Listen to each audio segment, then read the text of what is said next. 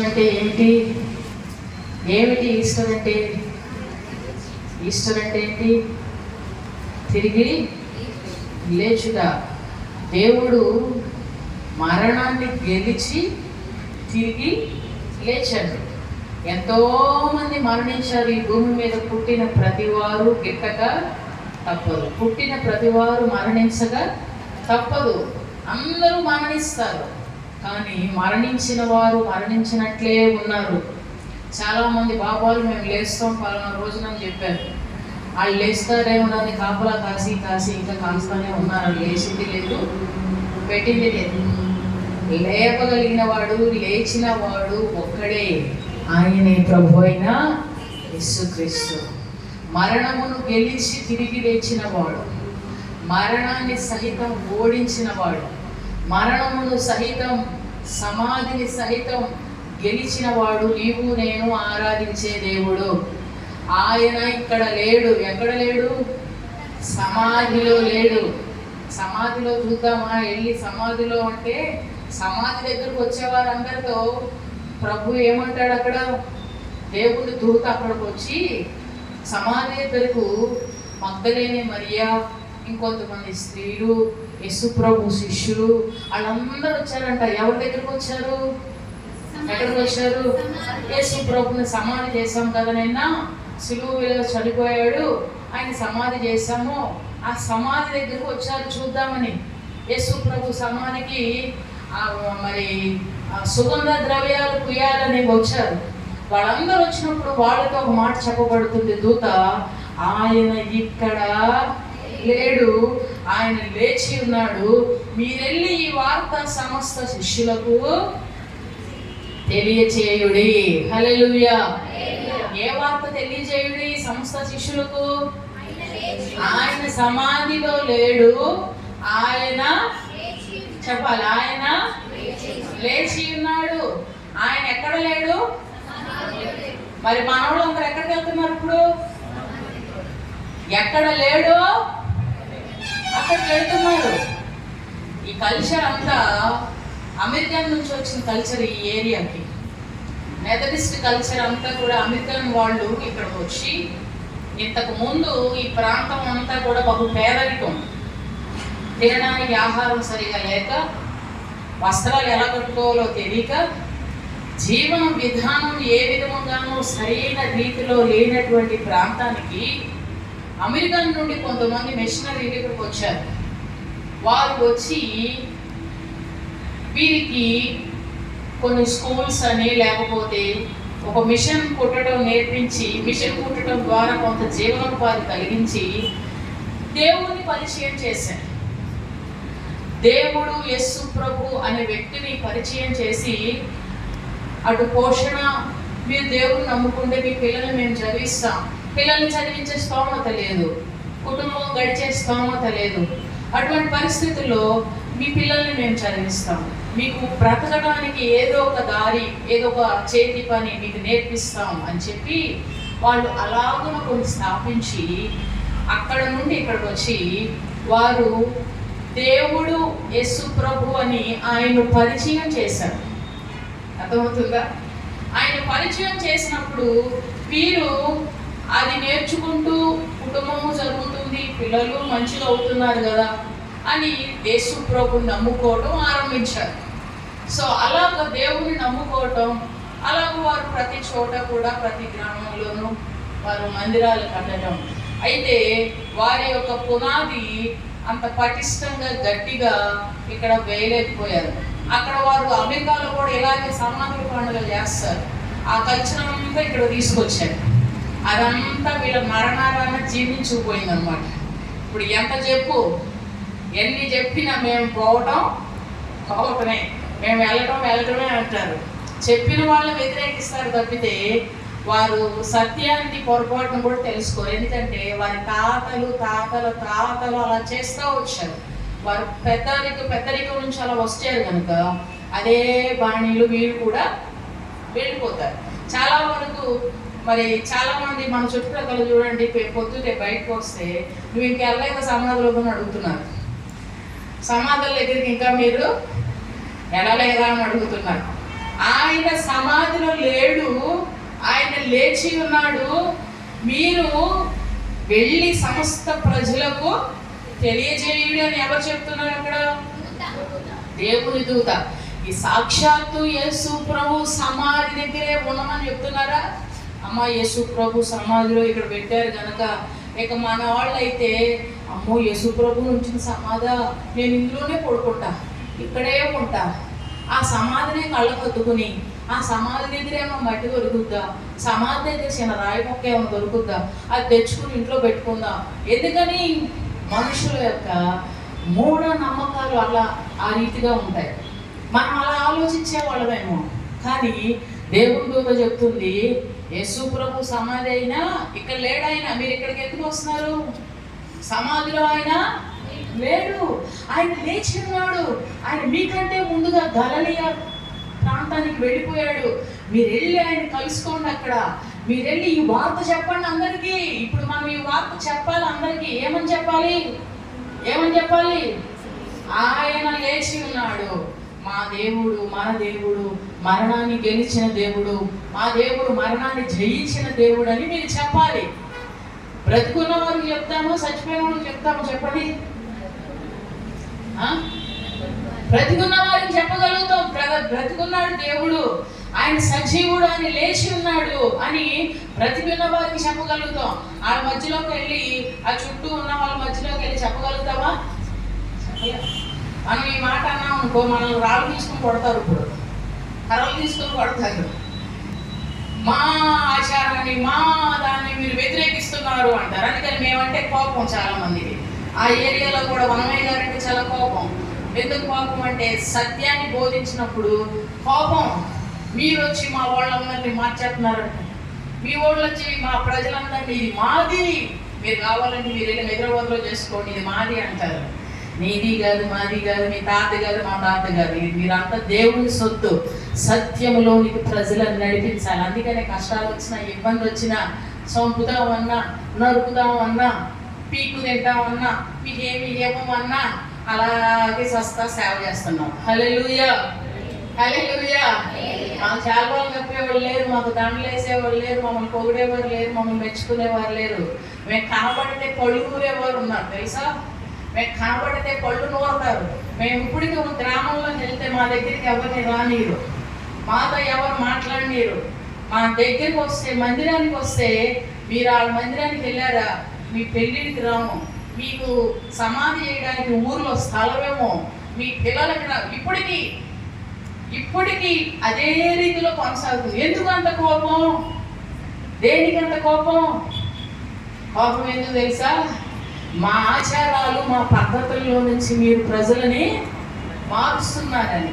మా ఆలోచన ఏమిటి? ప్రజలకు సత్యమైనతో తెలుసుకోవాలి, సత్యమైన దేవుడిని సత్యంగానే ఆరాధించాలి. మూర్ఖత్వంగా ప్రభుని మనము ఆరాధించకూడదు. మీరు బైబిల్లో చదివితే సమాధిలో లేడు, సమాధి దగ్గర ఉండాల్సిన పని లేదు, మీరు ప్రజలలోనికి వెళ్ళి చెప్పండి అన్నదా? సమాధి దగ్గరకు వచ్చిన వారిని అక్కడే ప్రార్థనా కూటం పెట్టండి అన్నదా? లేదు కదా. సరిగా భక్తి విత్తనం తెలియనటువంటి వారు, దేవుడు తెలుసు, దేవుని పేరట సహాయం చేయడం తెలుసు పేదవాళ్ళకి. ఆ సహాయం తప్పితే లోతైన భక్తి వాళ్ళకి తెలియదు, వాళ్ళు వచ్చి వీళ్ళకి తెలియకుండా చేశారు. సరైనటువంటి విత్తనం పడిన చోట ఆధ్యాత్మిక స్థితి అనేది అభివృద్ధి అవుతుంది. మనము కూడా అలా అదే గుడ్డిదనంతో వెళ్ళిపోతూ ఉంటారు. వెళ్ళకపోతే తప్పేమో, పాపమేమో అనుకుంటారు. ఏమీ కాదు. మనం అందరం బ్రతికున్నాం కనుక సజీవులంగా మనం అందరం కలిసి ఆయన లేచాడు అని దేవుని గణపరుస్తున్నాం. ఆయన లేచాడు కనుక నిన్ను కూడా ఆయన లేపుతాడు. ఆయన లేచాడు కనుక మనల్ని లేపగలడు. ఎవరైనా మనం సహాయం చేయాలంటే ముందు అవతల వాడు ఒడ్డున ఉండాలి కదా. అవతల వాడే నడు సముద్రంలో మునిగిపోతా మనల్ని ముంచుతాడా, పైకి లేపుతాడా? మనల్ని ముంచేస్తాడు. అవతల వ్యక్తి మనల్ని కాపాడాలనుకున్న వ్యక్తి తన్ను తాను కాపాడుకోగలిగిన వాడు అయినప్పుడు, తన్ను తాను గెలిచిన వాడు అయినప్పుడు, పరిశుద్ధుడైనప్పుడు మనల్ని పరిశుద్ధంగా ఉంచడానికి ఆయన సహాయపడతాడు. మన దేవుడు మరణమును గెలిచిన దేవుడు. దేవుడు అని పిలువబడిన వారు చాలా మంది ఉన్నారు. ఎవరైనా చూడండి మంచి పని చేస్తే దేవుడు అండి అంటారు కొంతమంది. ఎవరైనా ఒక మంచి కార్యం చేస్తే, ఎవరైనా ఏదైనా డబ్బు రూపంలో సహాయం చేస్తే దేవుడు లాంటి వాడండి, ఆపదలో వచ్చి ఆదుకున్నారు అని చెప్తారు. దేవుడు లాంటి వాడు అని చెప్తారు. దేవుడు మాత్రం కాదు. మనుషులకు ఆ పేర్లు పెడతారు కొంతమంది. ఇప్పుడు దేవుని ఎరుగక మనుషులను దేవుళ్ళుగా ఎంచి వాళ్ళు మరణించిన తర్వాత వాళ్ళు ఏదైనా ఒక బతికుండగా ఒక మంచి మాట చెప్తే వారినే దేవుడు అని నమ్ముతారు. వారిని బుద్ధుడు ఉన్నాడు. అది ఏ రక్తమో పరిశుద్ధమైన రక్తమై ఉండాలి. పరిశుద్ధమైన రక్తం అంటే పుట్టుక పరిశుద్ధంగా ఉండాలి, పెరిగేది పరిశుద్ధంగా ఉండాలి, అన్ని పరిశుద్ధంగానే ఉండాలి. ఎక్కడ కూడా ఏ విధమైన అపరిశుద్ధత లేనివాడే ఉండాలి. అటువంటి వ్యక్తిని ఎక్కడ చూసినా ప్రతి వ్యక్తి తల్లిదండ్రుల ద్వారా పుట్టిన వారే. ఏ వ్యక్తి అయినా తల్లిదండ్రుల ద్వారా పుట్టిన వారే. కానీ మన దేవుడు కన్యక ద్వారా, పరిశుద్ధాత్మ ద్వారా కన్యక గర్భమున జన్మించిన వాడు. ఆయన పుట్టుకలో పరిశుద్ధత ఉన్నది. హల్లెలూయా. అర్థమవుతుందండి. మన దేవుడు సజీవుడని మనం గొప్పగా చెప్పుకోగలగాలి. మన దేవుడు ఉన్నతమైన వాడని. గొప్పది ఏమిటిగా మీ దేవుళ్ళను గొప్పను ఏంటి, మా దేవుళ్ళు గొప్పను, మీ దేవుడు ఉన్నదేంటి, మా దేవుడు లేదేమిటి అని అంటే, మా దేవుడు మరణాన్ని గెలిచి తిరిగి లేచాడు. అందరూ పుట్టారు, అందరూ పెరిగారు. మన దేవుడికి స్పెషల్గా 10 తలకాయలు ఉండవు, 10 అంకలు, 10 చేతులు ఉండవు. కానీ మరణమును గెలిచి తిరిగి లేచాడు. ఆయన లేచాడు రా, నన్ను కూడా తప్పకుండా ఆ స్థితిలో నుంచి లేస్తాడు. ఆయన లేచాడు, లేచి అందరికీ కనబడుతున్నాడు. శిష్యులైన వారందరికీ కనబడ్డాడట దేవుడు. వారందరితో మాట్లాడుతున్నాడట, వాళ్ళందరినీ చూస్తున్నాడట. వాళ్ళందరూ ఆయన దగ్గరికి వచ్చారట. వచ్చి ఆయన పట్టుకుని ఆయన చూస్తున్నారట. ఒక శిష్యుడు యేసు ప్రభు వారు, మరి వీళ్ళందరూ కూడా ఒక రోజు ఒక గదిలో ఉన్నారు, ఒక రూమ్లో ఉండి భయపడుతున్నారు. వాళ్ళు ఎందుకు భయపడుతున్నారంటే, యేసు ప్రభుని సిలువ వేశారు కదా, శుక్రవారం రోజు యేసు ప్రభుని సిలువ వేశారు. ఆయన సమాధిలో ఉన్నారు. ఇప్పుడు మమ్మల్ని కూడా వాళ్ళు ఏం చేస్తారో భయంతో ఉన్నారు. వాళ్ళు ఆ కఠిన పరిస్థితుల్లో భయంతో ఉన్నారు. ఆయన వెంబడించాం కదా, ఆయన వెంబడించాం కదా, ఆ భయంతోనే పేదరు అబద్ధం ఆడతాడు. నీవు కూడా ఆయన శిష్యుడివే కదా అంటే పేదరు ఏమంటాడు అప్పుడు? కాదు కాదు. ఎందుకు కాదు అని చెప్తున్నాడు? ఎందుకు కాదని చెప్తున్నాడు? ఆయన శిష్యుడు అని చెప్తే ఇప్పుడు ఆయనకి ఏ శిక్ష వేస్తున్నారో నన్ను కూడా అలాగే బంధించి శిక్ష వేస్తారని కాదు కాదు. అటువంటి భయాల మధ్యలో జీవిస్తున్నటువంటి శిష్యుల మధ్యకు దేవుడు దిగి వచ్చాడంట. ఆయన దిగి వచ్చి మీకు సమాధానం కలుగునుగాక. హల్లెలూయా. మీకు ఏం కలుగునుగాక? సమాధానం కలుగునుగాక. సమాధానం కలుగునుగాక అని చెప్పినప్పుడు యేసు ప్రభు యొక్క 12 మంది శిష్యుల్లో తోమా అనే వ్యక్తి అక్కడ లేడు. అప్పుడు తోమా అనే ఒక శిష్యుడు వారి మధ్యలో లేడు. తర్వాత వాళ్ళందరూ చెప్తున్నారట తోమాతో, యేసు ప్రభు తిరిగి లేచాడు, ఆయన చెప్పినట్లే తిరిగి లేచాడు, చెప్పినట్లే తిరిగి లేచాడు. మేము ఆయన చూసామంటే మీరు నమ్మితే నమ్మారు, నేను పొరపాటును కూడా నమ్మను. మీరు నమ్మారేమో, నేను అస్సలు నమ్మను. ఆయన వేళ్లలో, ఆయన చేతిలో చెయ్యి పెట్టి, ఆయన ప్రక్కలో చెయ్యి పెట్టి నేను చూస్తే, గాయాల్లో చెయ్యి పెట్టి చూస్తే తప్పితే నేను నమ్మను అన్నాడట. మరి నమ్మను అని చెప్పిన వ్యక్తికి కూడా దేవుడు మరలా ప్రత్యక్షమై వచ్చి చూడు, సాక్షాత్తు మనం వింటున్నది, మనం నేర్చుకుంటుంది, మనం చదువుతుంది అక్షర సత్యం. హల్లెలూయా హల్లెలూయా. ఒకసారి మనకు కొంతమంది మనవాళ్ళకు కూడా కొంతమంది డౌట్లు వస్తాయి. నిజమేనంటావా? లేచాడంటావా? ఏమో లేచాడని చెప్తున్నారు, మనం అంటున్నాం, వెళ్తున్నాము. సత్యం ఉందా లేదా? అపనమ్మిక ఉందా? నీ అపనమ్మిక ఉన్నా సరే నీ దేవుడు ఏమీ తిట్టడు, కొట్టడు. నీ అపనమ్మికను కూడా దేవుడు సరి చేస్తాడు. అపనమ్మిక ఉంటే తను తాను ప్రూవ్ చేసుకుంటాడు దేవుడు నీ వద్దకు వచ్చి. తోమ అపనమ్మకం, అవిశ్వాసంతో ఉంటే రా వచ్చి చూడు, నా చేతిలో వేలు పెట్టి చూడు. నీ చూసి కాళ్ళు పట్టుకుంటాడు. అప్పుడు ప్రభు అంటాడు, విశ్వాసం కలిగి చెప్పిన మాటకి నమ్మిన వారు ధన్యులు. నువ్వు చూసి నమ్మావు, ఇలా చూడకుండా వేలు పెట్టి చూడకుండానే నమ్మిన వారు ఉన్నారు చూడు, వాళ్ళు మరీ ధన్యులు. హల్లెలూయా. ఇప్పుడు కూడా మీలో కూడా చాలా మందికి సందేహాలు ఉండొచ్చేమో. సందేహాలన్నిటినీ పక్కన పెట్టండి, అపనమ్మికలను పక్కన పెట్టండి. ఏదో చూస్తేనే నమ్ముతాం. కొన్నిసార్లు దేవుడి కార్యాలు చూడడానికి మేలు జరిగితేనే నమ్ముతాం, ఏదైనా జరిగితేనే దేవుడు ఉన్నాడని నమ్ముతాం, దేవుడు పని చేస్తున్నాడని నమ్ముతాం. లేకపోతే నేను దేవుడు లేడు, ఏమి లేడు, ఎవరు లేరని మాట్లాడతారు. దేవుని మాట మీద విశ్వాసం ఉంచిన వారికి తప్పకుండా, ఆయన ఎందుకు విశ్వాసం ఉంచిన వారి జీవితాల్లో తప్పక కార్యాలు జరుగుతాయి. చూసి కాదట, చూడక ముందే, జరగక ముందే, కార్యాలు ఏవి ఆరంభం కాకముందే నమ్మిన వారు ధన్యులు. హల్లెలూయా. మీలో కూడా అట్టి నమ్మకం కావాలి, మీలో కూడా అట్టి స్థిరమైన విధానం కావాలి. మన ప్రభు లేచి ఉన్నాడు, హి ఈజ్ రైజన్. ఆయన మనల్ని కూడా లేపగలడు. హల్లెలూయా. మనల్ని కూడా ఎక్కడి నుండి లేపగలడు? కూర్చున్న కుర్చీలో నుంచా? ఎక్కడి నుండి లేపగలడు? ప్రభు నువ్వు లేచినావు, ఆయన నన్ను లేపు, మోకాళ్ళు నొప్పులు ఉన్నాయి, ఎక్కడి నుంచి కూడా నన్ను లేపు కాదు.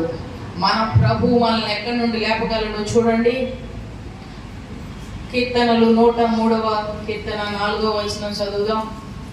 103వ కీర్తన. సమాధిలో నుండి నీ ప్రాణమును ఆయన విమోచించుచున్నాడు. చాలు. సమాధిలో నుండి నీ ప్రాణమును ఆయన విమోచించుచున్నాడు. ఎక్కడ నుండి? ఆయన సమాధిలో నుండి తిరిగి లేచాడు. ఇప్పుడు నిన్ను కూడా ఎక్కడి నుండి తిరిగి నీ ప్రాణమును తిరిగి విమోచిస్తాడు, తిరిగి లేపగలుగుతాడు ఆయన. ఎక్కడి నుండి? ఏముంది చదవండి అక్కడ, మరొకసారి అందరూ చదవండి. సమాధిలో నుండి నీ ప్రాణమును విమోచించుచున్నాడు. విమోచన అంటే ఏంటి తెలుసా?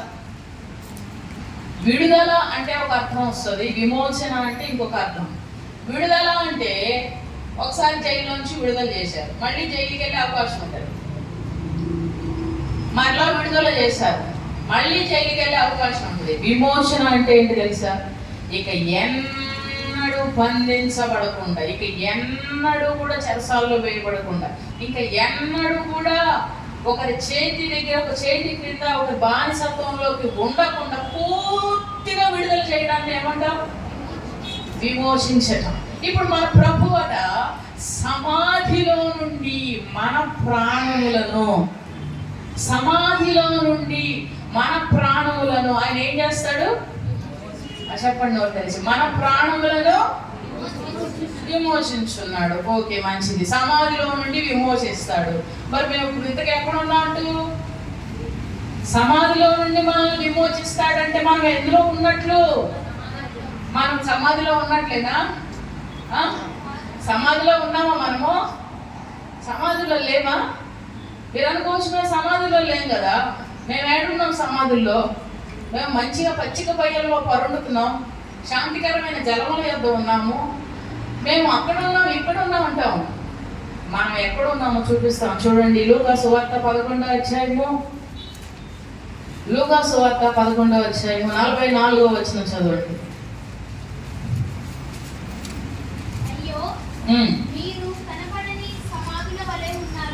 అయ్యో మీరు కనబడని సమాధుల వలె ఉన్నారు, వాటి మీద నడుచు మనుషులు అవి సమాధులని ఎరుగరు. మీరు కనబడని సమాధులు.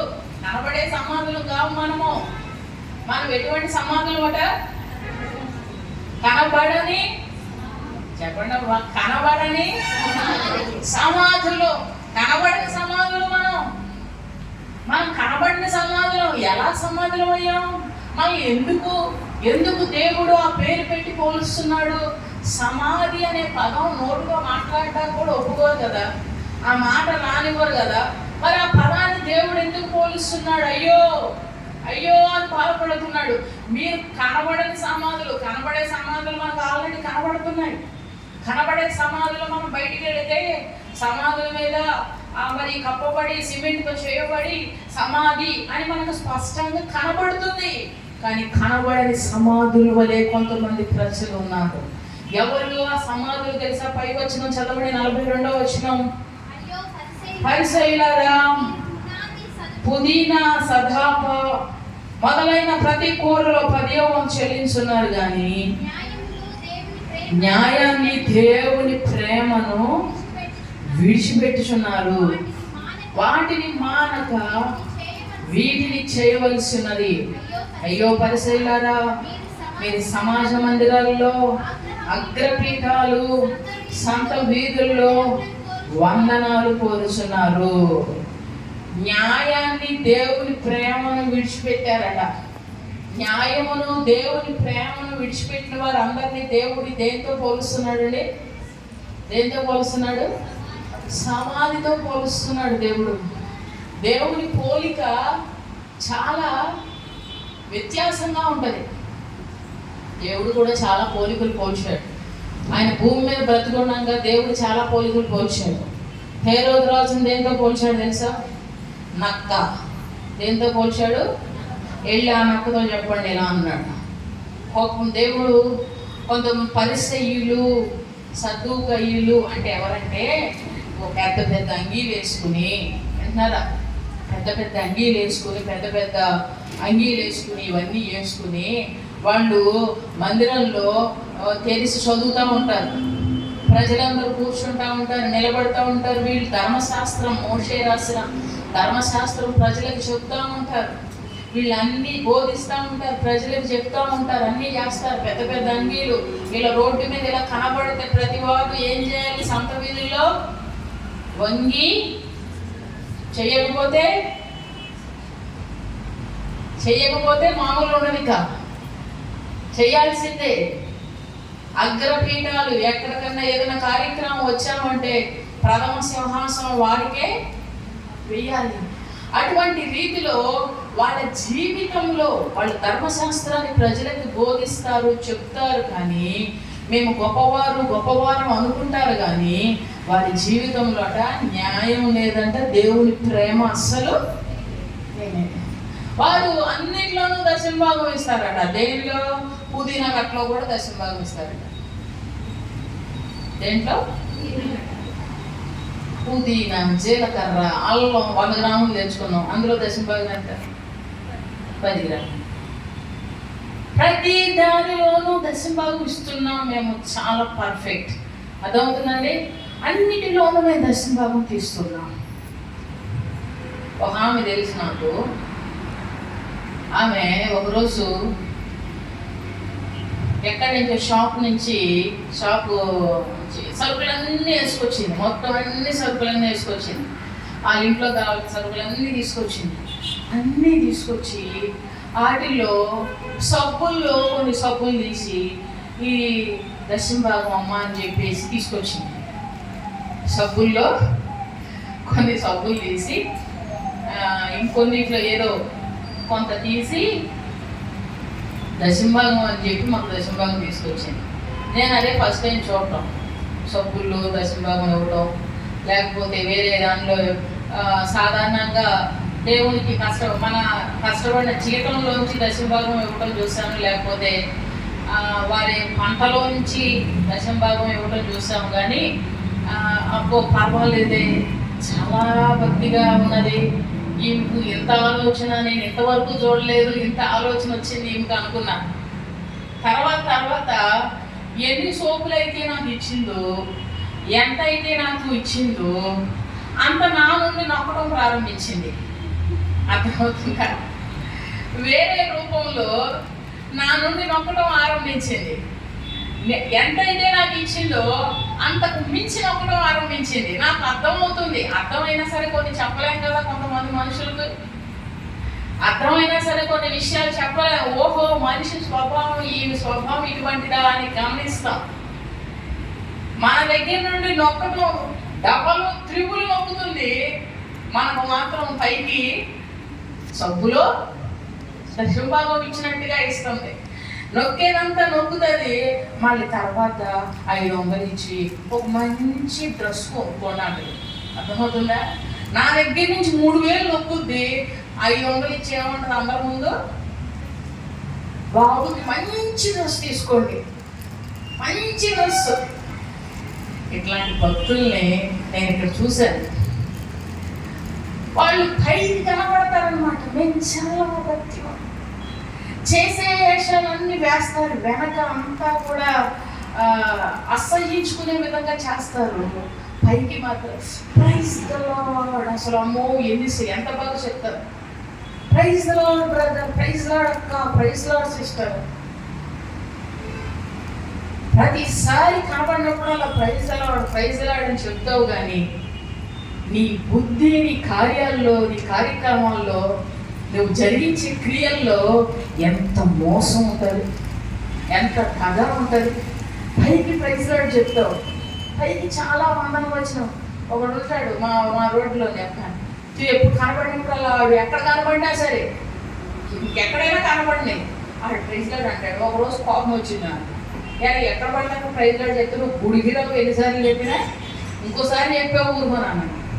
వాడు మారు మనసు ఉండదు, ఏంటంటే ఒక ఆలోచన, వాడు పొరపాటును గుడికిరాడు. ఎన్నిసార్లు చెప్పినా వాడు మన దేవుడు నమ్ముకున్నాం అంటారు. ఏదో గుడికి పోవాలి కదా, ఎక్కడో చోటుకి పోవాలి, ఎక్కడికి గుడికి వెళ్ళాలో, దేనికి వెళ్ళాలి, ఎక్కడ పోవాలో. రోడ్ల మీద మాత్రం వందనం వచనాలు చెప్పేస్తారు, రోడ్ల మీద వందనం వచనం చెప్పేస్తారు. మంచిదే, మనం కనబడినప్పుడు దేవుణ్ణి కనపరచడం మంచిదే, దానికి తగినట్టుగా కూడా మనము జీవించాలి, దేవునికి తగినట్లుగా మనం జీవించాలి. అన్నిటిలోనూ మేము దశంభాగం తీసేస్తున్నాం కనుక మా అంత భక్తి పరులు లేరు అనే ఫీలింగ్ వారిలో ఉన్నది. వాళ్ళు గొప్పగా ఊహించుకుంటారు ప్రజలను చూసి, మేము చాలా భక్తి, మేము అన్నింటిలో పర్ఫెక్ట్గా ఉన్నాము, మేము అన్నింటిలో ఇస్తాము, మాకు అగ్రపీఠం వేయాలి, మాకు వందనవచనం చేయాలి, మాకు వందనాలు చెప్పాలి.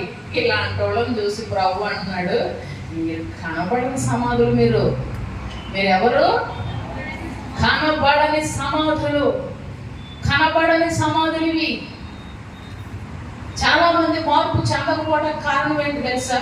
ఈ కనబడని సమాధుల వలనే. ప్రజలు ఎందుకు మార్పు చెందట్లేదు తెలుసా? కనబడని సమాధులు, నిర్జీవమైన సమాధులు. ఏ విధమైన జీవము లేని మనుషులు ఉన్న చోట జీవము కలిగించే పనులు, కార్యాలు జరగవు.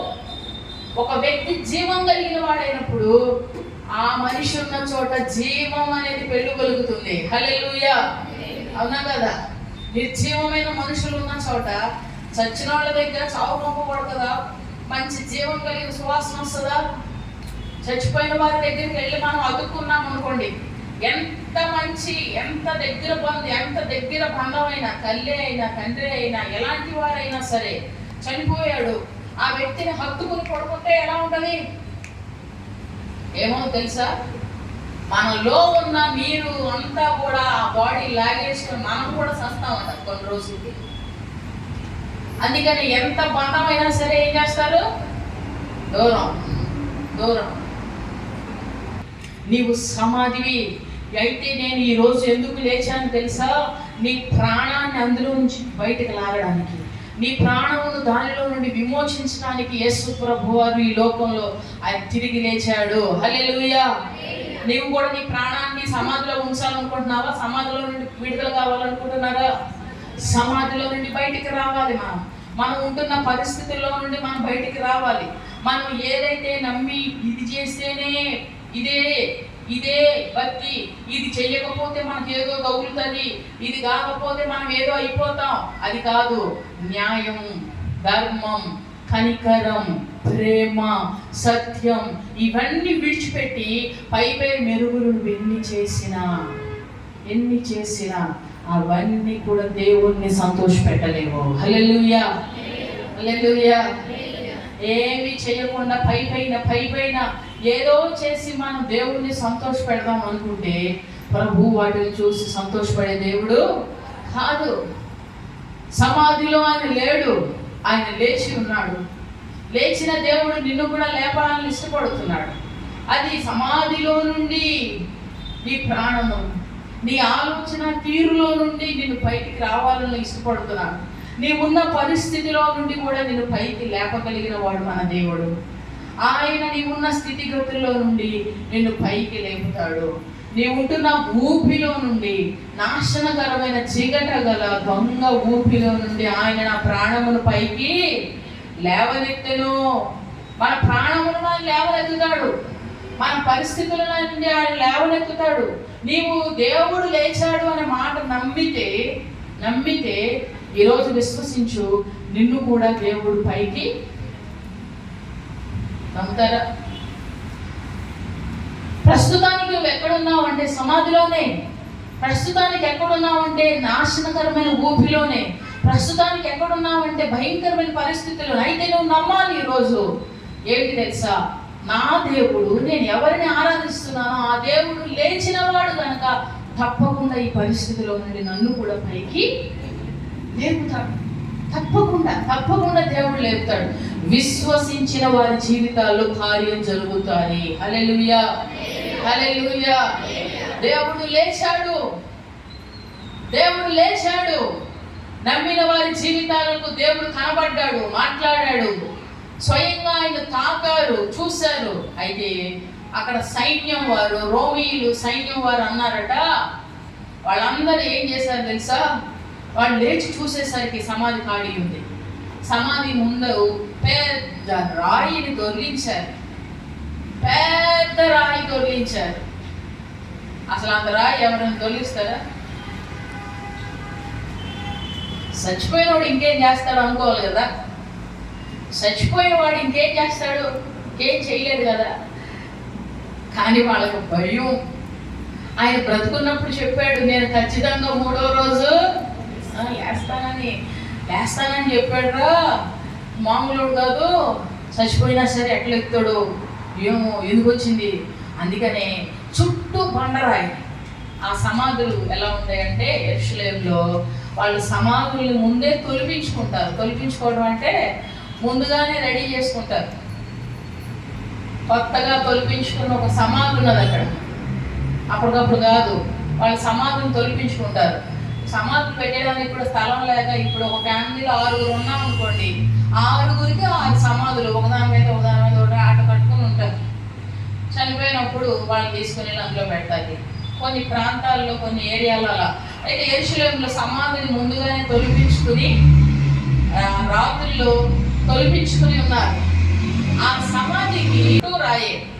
ఇప్పుడు ఆయన అందులోకి వెళ్ళిన తర్వాత బయటకు వచ్చి ఆ సమాధి ముందు ఏం పెట్టేశారు? పెద్ద బండరాయి పెట్టేశారు.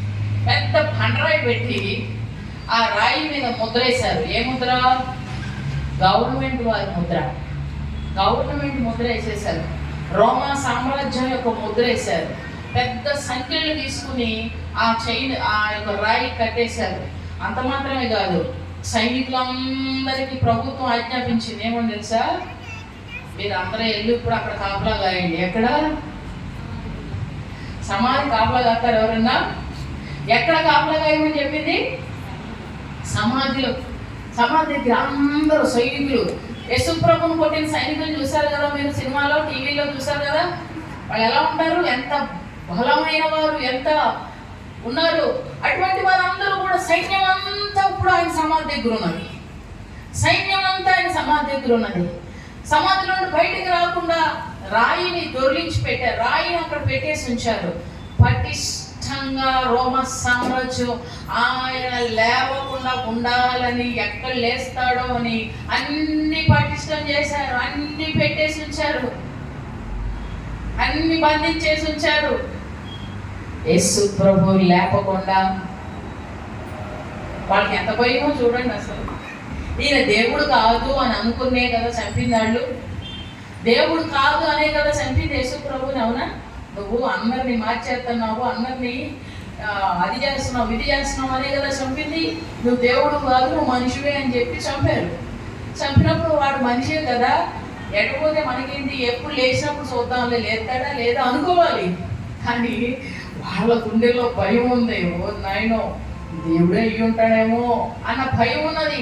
కాపలా పెట్టారు, అన్నీ చేశారు. దేవుని దూత ఆకాశం నుండి మెరుపులాగా వచ్చిందట. హల్లెలూయా. ఎలా వచ్చింది?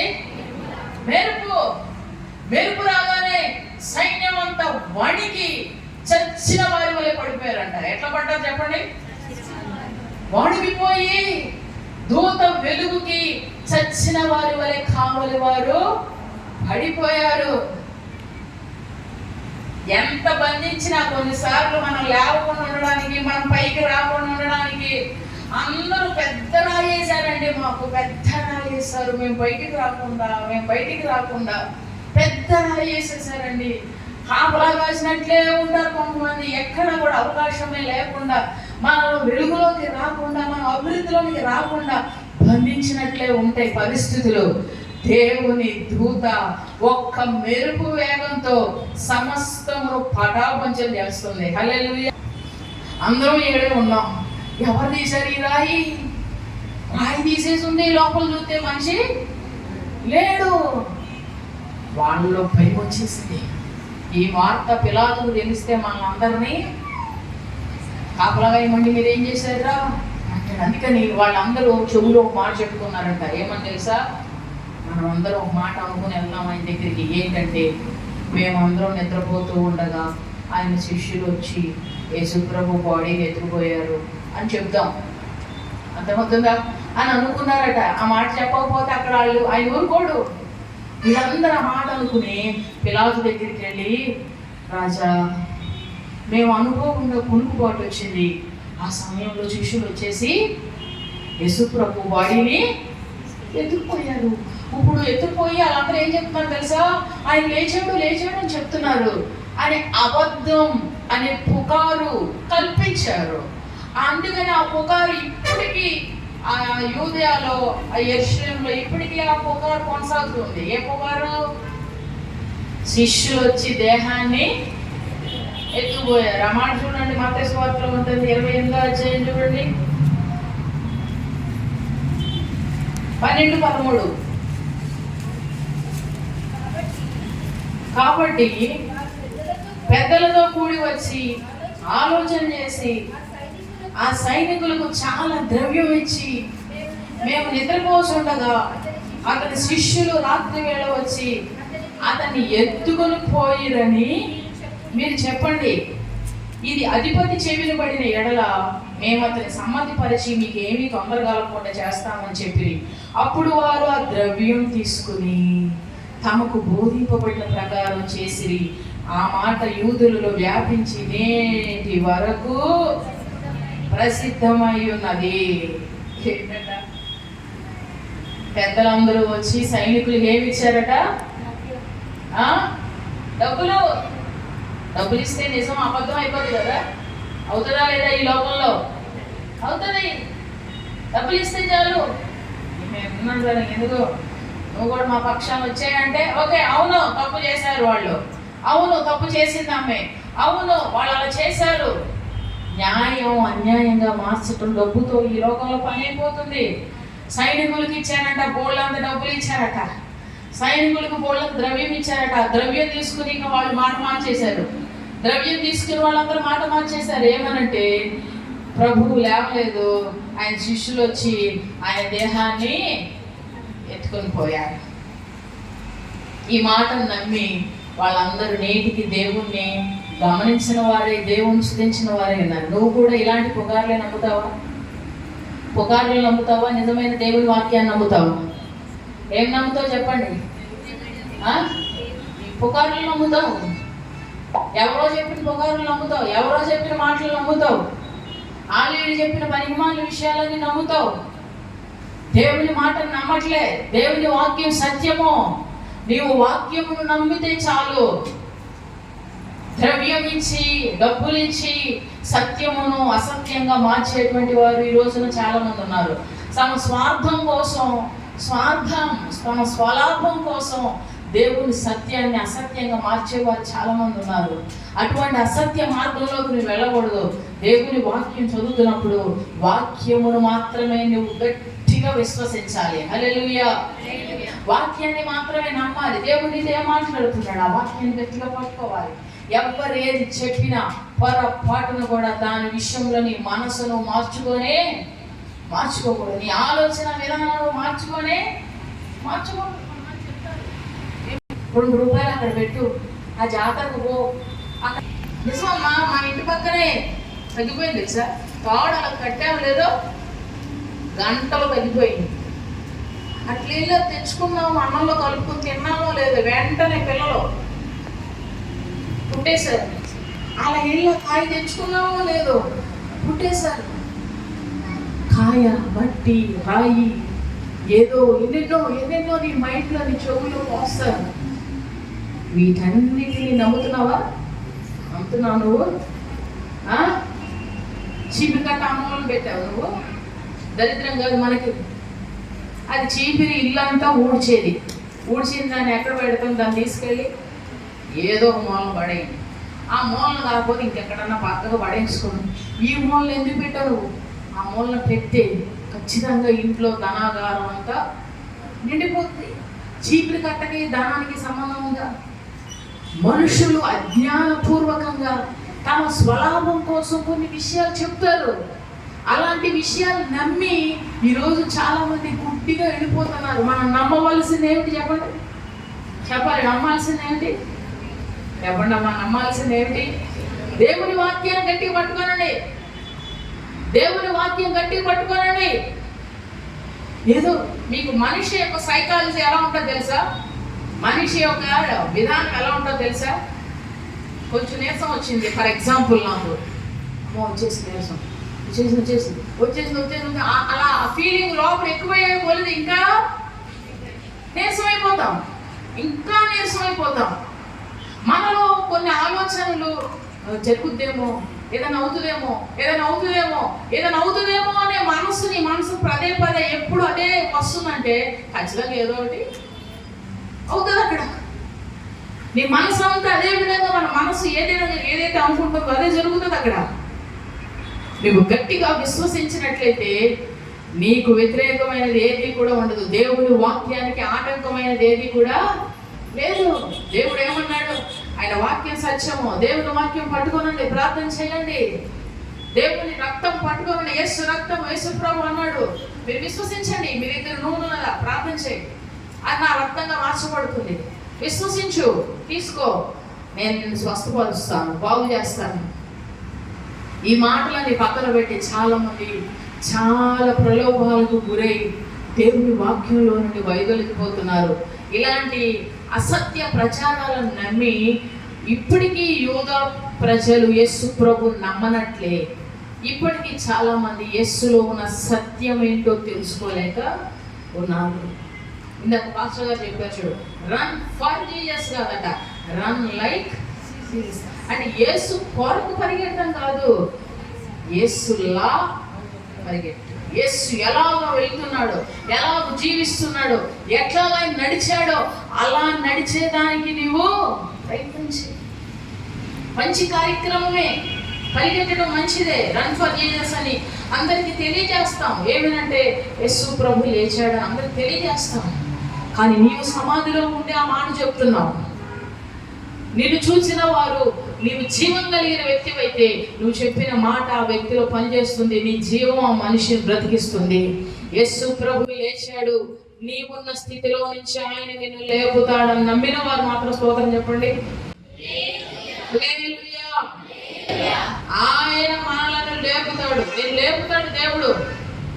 అర్థమవుతుంది? నమ్ముతున్నారా? లేకపోతే నేను ఎక్కడైనా గార్డీ చేయమంటారా? కొన్నిసార్లు అనిపిస్తాయి దేవుని వాక్యం నమ్మనప్పుడు నేను కూడా గార్డీ మొదలెడదాం అనుకుంటున్నా. కళ్ళు మూసుకుని ట్యాప్ పడడం, చుట్టుపడడం, కింద పడేయటమే. అర్థమవుతుందా? నేను చెప్పాలనుకున్నాను, కళ్ళు మూసి చెప్తా, నమ్మేస్తారు కదా. నేను చెప్పాలనుకున్న కళ్ళు మూసి చెప్తా, లేదా నూనె తీసుకొచ్చి మొహాన్ని కొడతాను, నమ్మేస్తారు కదా. ప్రజలకు అవి కావాలి. వాళ్ళు అనుకున్నవి చేస్తే ఏదో ఉంది ఇక్కడ, ఏదో ఉంది. వాక్యం చెప్తే ఎక్కదండి ఎవరికి. వాక్యం చెప్తే బోర్రా చర్చికి వెళ్తే ఆడ చర్చిలో ఆరాధన అంటారు, పాటలు అంటారు, సప్పట్లు అంటారు, చేతులెత్తలు అంటారు, మొహాళ్ళు ఏమంటారు, గుంజీలు చూపిస్తారు మనల్ని. వాక్యమో అది చెప్తే ఇంకా ఏది మనకి ఎంటర్టైన్మెంట్ ఏది లేదు. స్పెషల్గా ఎంటర్టైన్మెంట్ కావాలి. వాళ్ళు కోరుకున్నట్లు ఉండాలి. ఇక్కడ వాళ్ళు కోరుకున్నట్లు లేకపోతే ఆ చర్చికి మేము మనందరికి కూడా చాలా మంది రారు. ఎందుకు తెలుసా? వాళ్ళు అనుకున్నట్టు ఇక్కడేమి మరి ఏం చేయమంటారు? ఏదైనా పెడదామన్నా మనసాక్షేమో అంగీకరించట్లా, మనసు ఒప్పుకోవట్లా. చేస్తే సేవ మంచిగా చేయాలి, ఎందుకు వచ్చింది? ఆయన కొరడా పట్టుకున్నాడంటే మా పోలు తీరుతాడు పైకి తీసుకెళ్ళదు. నేను చెప్పింది ఏమిట్రా మీరు చేసేదేంటి? నా ప్రజలను నేను ఎట్లా నడిపించమన్నాను, మీరు ఎటు నడిపిస్తున్నారని దేవుడు మమ్మల్ని లెక్క అడుగుతాడు. అక్కడ లెక్క అడిగినప్పుడు ప్రభు వాళ్ళు మమ్మల్ని మెచ్చుకుంటారని అటు చేసాం ఆయన, వాళ్ళు మాకు డబ్బులు ఇస్తారని అటు చేసాం ఆయన అంటే, ఎల్లు సమాధి నరకద్వారం నీ కోసం తెరవబడి ఉన్నది, ఎల్లు అక్కడ హాయిగా ఆనందించు అంటాడు దేవుడు. మనుషుల కోసం ఏం చేయొచ్చు. పొగడటానికి ఏంటండి ఆంటీ అక్క అసలు మీరు సూపర్ అక్క అని పొగడటానికి ఏం మాటలు రావు నాకు. మెచ్చుకోవడానికి నేను బాగా మెచ్చుకుంటే నాకు దండలేసేవాళ్ళు లేరు. తిడితే తప్పుగా అని మెచ్చుకోవడానికి బ్రహ్మాండంగా మెచ్చుకోవచ్చు, పొగడతలు మంచిగా పొగడచ్చు, అందరూ తీసుకొస్తారు. కానీ పొగిడి లేని దాన్ని కూడా ఉన్నట్టుగా చెప్పి ప్రజలను నిత్య నాశనానికి తీసుకెళ్లాలని కాదు, ప్రజలను దేవుని సత్యంలోకి నడిపించాలి. దేవుడి వాక్యానుసారంగా బిడ్డలను కొంతమందినైనా మేము పెద్ద పెద్ద వేల మందిని సేవ చేయలేకపోయినా 10 మందినైనా కనీసం ఆ నరకంలో నుంచి పరలోకానికి తీసుకొస్తే ఈ జీవితానికి ఒక అర్థం ఉంటుంది. దేవుని సేవ చేసాము అనే సంతృప్తి ఉంటుంది, అనే సంతృప్తితోనే సేవ చేస్తున్నాం. అంతేగాని మాయలు చేసేదానికి ఎన్నైనా చేయొచ్చు. అసలే చదువుకున్నాం బాగా, ఎన్ని మాయలైనా చేయొచ్చు, ఎంతైనా చేయొచ్చు. తెలియక కాదు, దైవ భయం కలిగి ప్రవర్తిస్తున్నాం. హల్లెలూయా, హల్లెలూయా. దేవుడి భయం కలిగి సేవ చేయాలండి. ఈ లోకంలో మనకి నౌకలు చెల్లిపోతాయి, ఈ లోకంలో మనకి సాగిపోతాయి వ్యవహారం. కానీ దేవుని దగ్గరికి వెళ్ళినప్పుడు నెట్ట నిలువున తోగి చేస్తాడు దేవుడు. అక్కడ మీరు ఎవర్రా ప్రభా, నీ నామమున మేము ఏం చేసాము చెప్పాలి. నీ నామమున మేము ఏం చేసాము? దయ్యాలను వదలగొట్టాం. నీ నామమున మేము ఏం చేసాం? అద్భుతాలు చేసాం. నీ నామమున మేము ఏం చేసాం? సూచక్రియలు చేసాం, ఇది చేసాం, అది చేసాం అంటే ఆయన మీరు ఎవరా? నాకు తెలియదురా, మీరు పడడం ఉందా లేదా మాట? మత్తయి వార్తలో ఉందా? అదేంటి దయ్యాన్ని అనుకుంటున్నాడు ఎవరు వేసేది తెలీదా? సూచక్రియలు చేసినాడు ఎవరు వేసేది తెలీదా? అద్భుతాలు చేసిన వారు ఎవరు ఆయనకు తెలీదా? నాకు మీరు తెలీదు. మీరు క్రమం తప్పి సేవ చేశారు, అక్రమంగా సేవ చేస్తున్నారు. క్రమం లేదు మీ సేవలో. దేవుడు అండి విశ్వాసుల కంటే బోధకులైన వారికి ఇంకా కఠినమైన శిక్ష ఉన్నది. మాకు చాలా జాగ్రత్తగా ఒళ్ళు దగ్గర పెట్టుకుని సేవ చేయాలి. నిప్పులతో చెరగాటం ఆడితే మొత్తం దేహాన్ని ఏం చేస్తుంది? ఖాళీ చేస్తుంది. చాలా జాగ్రత్తగా ఉండాలి. అందుకని సేవ చేయడం కంటే విశ్వాసంగా ఉండటం చాలా ఉత్తమం. హాయిగా వాక్యం వింటాం, చాలా చక్కగా దేవుని వాక్యం వింటాం, మంచిగా బతుకుతాం, మంచిగా వెళ్ళిపోతారు. మేము ప్రతిదానికి లెక్క చెప్పాలి. అలాంటి భయం కలిగి సేవ చేయాలి. భయం తప్పి జీవించడం చాలా సులువు. యేసు ప్రభు లేచి లేవలేదు అనే మాట ఒక డబ్బు ధనం అనేది అసత్యం, సత్యాన్ని అసత్యంగా మార్చేసింది. ఈరోజు చాలా మంది అదే సత్యాన్ని అసత్యంగా మారుస్తున్నారు వాళ్ళ స్వార్థం కోసం. ఆ పాస్టర్ గారు మంచోడు కాదు ఏమంటారండి? ఏమంటారు చెప్పండి? మీరు చాలా పాస్టర్ గారు అంటున్నారా? ఆయన మంచోడు కాదు, ఆయన ఇట్లా అంటాడు, వాళ్ళ కుటుంబం ఇట్లాంటిది, వాళ్ళు అలా, వీళ్ళు ఎలా. ఎవరి స్వార్థం కోసం చెప్తున్నాడు ఆ మాట? అతని స్వార్థం కోసం చెప్తున్నాడు. ఈ మాటలు విని ప్రజలు చాలా మంది దేవునికి దూరమైనట్లే సత్యానికి కూడా చాలా మంది దూరం అయిపోతున్నారు. ఈరోజు నువ్వు సత్యం తెలుసుకోవాలనుకుంటే దేవుని వాక్యాన్ని ఉన్నట్టుగా నమ్ము. నీవు ఉన్న ప్రతి పరిస్థితిలో నుంచి దేవుడు నిన్ను లేపుతాడు. మన దేవుడి పేరు ఇంత పాడారు పిల్లలు. జయ జయ యేసు. చెప్పండి అమ్మా, జయ జయ యేసు, జయ యేసు. జయించిన యేసయ్య మన ఆయన. ఓడిపోయిన వాడు కాదు, నిన్ను కూడా ఆయన ఓడిపోనేవాడు. ఏ పరిస్థితిలోనైనా నిన్ను జయించిన. నువ్వు ప్రార్థన చేయాలి. ఏమని తెలుసా? ప్రభా, నువ్వు సమాధిని గెలిచావు కదా, మరణాన్ని గెలిచావు కదా, కావలి వారిని గెలిచావు కదా, ముద్ర వేసారా ముద్రను గెలిచావు కదా, అన్ని గెలిచావు. నేను ఇప్పుడు ఓడిపోయే పరిస్థితిలో ఉన్నా. నా కుటుంబంలో నేను గెలవాలి, నా చదువులో నేను గెలవాలి, నా ఆరోగ్య పరిస్థితుల్లో నేను గెలవాలి, నా జీవితంలో నేను గెలవాలి. ప్రభువా, నన్ను గెలిపించు అని ప్రార్థన చేయాలి. తప్పకుండా దేవుడు ఆయన తన చేయి నీకిచ్చి నిన్ను గెలిపిస్తాడు. హల్లెలూయా. నువ్వు అడగాలి ప్రభుని, నీ చేయి ప్రభుకి ఇవ్వాలి, నిన్ను దేవుడు గెలిపిస్తాడు. కొంతమంది కంఠం అంట, కంఠము తెరిచిన సమాధట. ఎలా ఉంటుందట కొంతమంది కంఠము? కంఠం సమాధి అంటే ఏంటో ఇప్పుడు చెప్పే కదా ఇందాక, తెరిచిన సమాధి లాగా ఉంటుందట కొంతమంది కంఠం. ఆ మాట చూడండి, కీర్తన 5వ అధ్యాయం 9వ వచనం చదువు ముగించుకుందాం. కీర్తన 5వ అధ్యాయం 9వ వచనం. వారి నోట యథార్థత లేదు,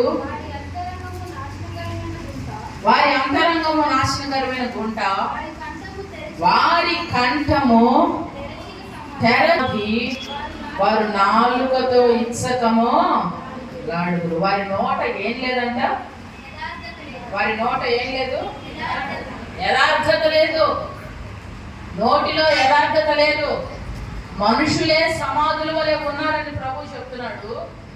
ఆ మనుషుల్లో కూడా కొంతమంది స్వరాలు, కొంతమంది కంఠము, ఎక్కడి నుండి అయితే వాయిస్ వస్తుందో, ఎక్కడి నుంచి అయితే మాటలు వస్తాయో, కొంతమంది కంఠములు ఎలా ఉన్నాయట?